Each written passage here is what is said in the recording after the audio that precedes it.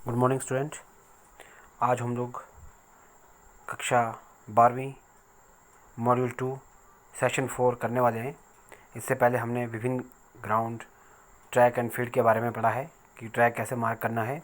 आज हम लोग प्राप्त उपकरण और जो सुविधाएं होती है जो हमें ग्राउंड में या मैदान में मिलती है, उसका रखरखाव कैसे करना है, वो क्यों आवश्यक होती है, उनका क्या कार्य होता है, इसके बारे में करने वाले हैं। स्पोर्ट्स सुविधाएं एक ऐसा स्थान होती है जहाँ पर स्पोर्ट्स प्रशिक्षण अथवा प्रतियोगिताएं आयोजित करवाई जाती है, जिसे हम स्पोर्ट्स वेन्यू के नाम से भी जानते हैं।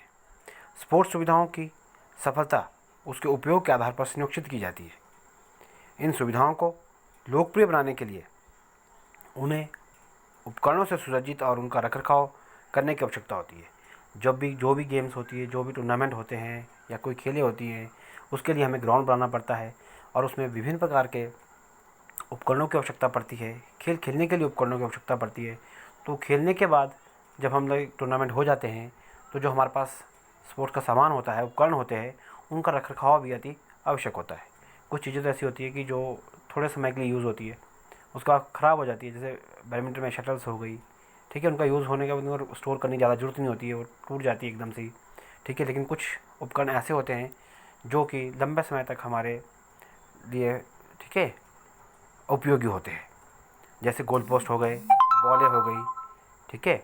इस तरह से बहुत सारा सामान ऐसा होता है, जैसे बॉल हो गई, बास्केटबॉल है, फुटबॉल है, जिनकी हमारे को आवश्यकता पड़ती रहती है।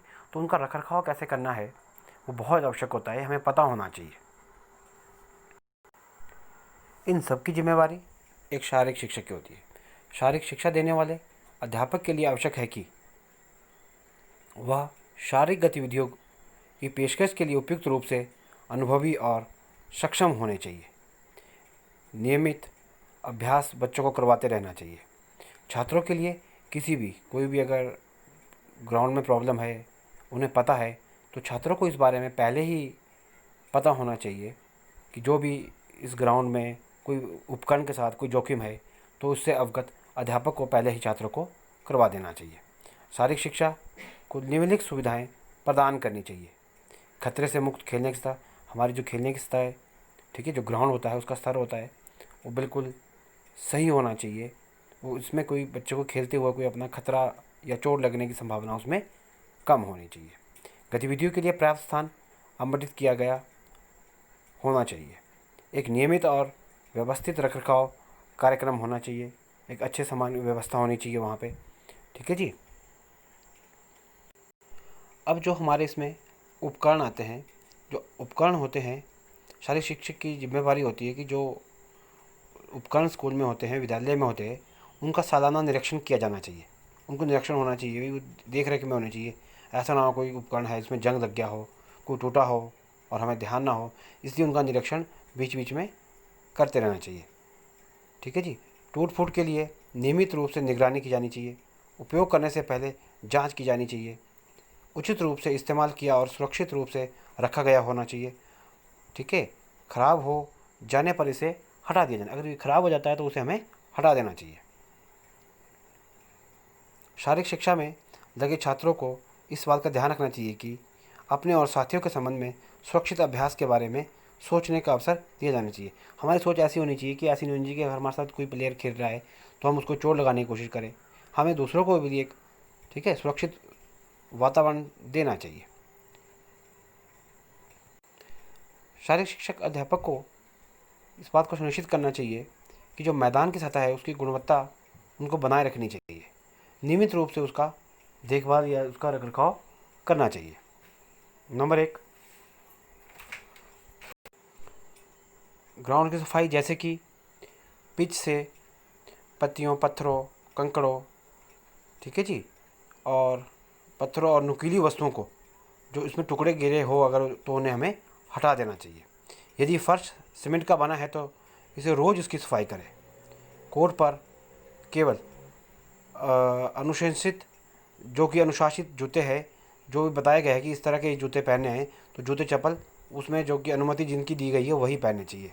पिच और इसके आसपास साफ़ सफाई की व्यवस्था रखें। प्रॉप्स और उपकरणों की साफ़ सफाई और गुणवत्ता का ध्यान रखें। समय समय पर goal post, volleyball post, basketball post आदि का रखरखाव और जांच अच्छी तरह से कर ले। पर्याप्त मात्रा में कूड़ेदानों की व्यवस्था ग्राउंड में होनी चाहिए। हमारे मैदान की ढलान इस तरह से होनी चाहिए कि उसमें कोई पानी ना रुके।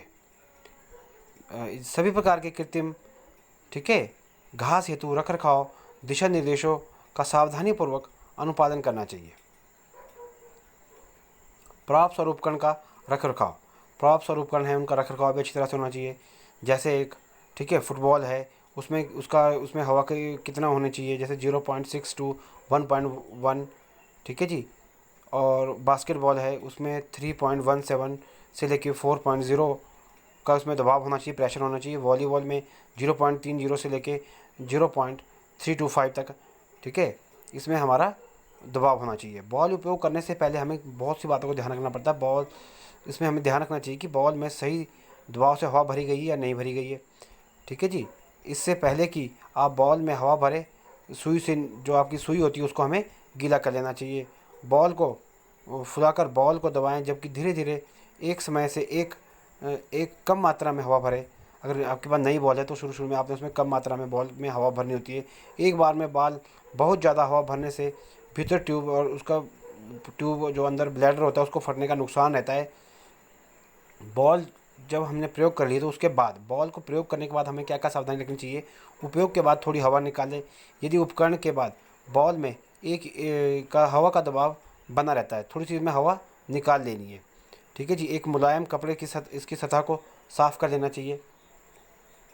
यदि आपके, ठीक है, यदि, ठीक है, आपसे आसानी से गंदगी दूर नहीं हो रही है बॉल की, तो बॉल को एक गीले कपड़े से साफ ले, उसमें पोंछा मार ले अच्छी तरह से। तो इस तरह से आपको बॉल का ध्यान रखना चाहिए भी।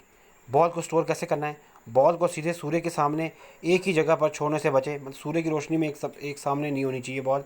गर्म और नम जगहों में भी बॉल को स्टोर करने से बचे। एक अच्छी हवादार जगह पर बॉल को स्टोर करना चाहिए।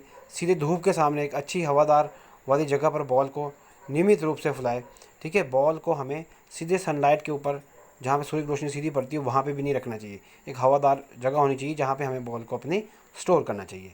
तो ये हो गया जी आपको, ठीक है, कि बॉल का प्रॉप्स एंड उपकरण का किस तरह से रखरखाव करना है। तो आज इतना ही करेंगे इसमें अभी तक, ठीक है। Thank you very much.